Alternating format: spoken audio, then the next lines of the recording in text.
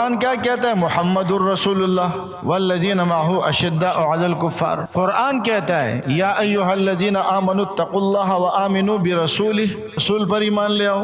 कुरान कहता है या अय्युहल्लज़ीना आमिनू बिल्लाहि व रसूलिही वल किताबिल्लज़ी नज़्ज़ला अला रसूलिही वल किताबिल्लज़ी अंज़ला मिन क़ब्ल।